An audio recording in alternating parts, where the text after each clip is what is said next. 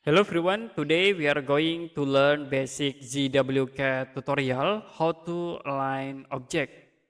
So if you want to align objects in ZWCAD, you can use the align command, type align, press enter, and then I will select this object. The next I will click from this point, and then move into this point. You can press enter to apply. So we align with the 1 point.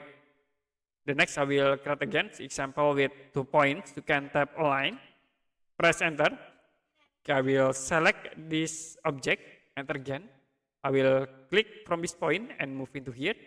And the second I will select this point, move into here. Now if you press enter, it will be align the object. I will create again another examples. We can set by scale objects. You can tap align, press enter, select the object, enter again, and I will click from this point into here. The second from this point into this point. Now in it, you can press enter to apply, and then we set for scale object into yes. You can type yes and press enter.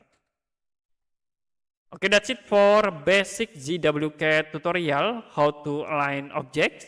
If you have any question about tutorial, you can comment below this video.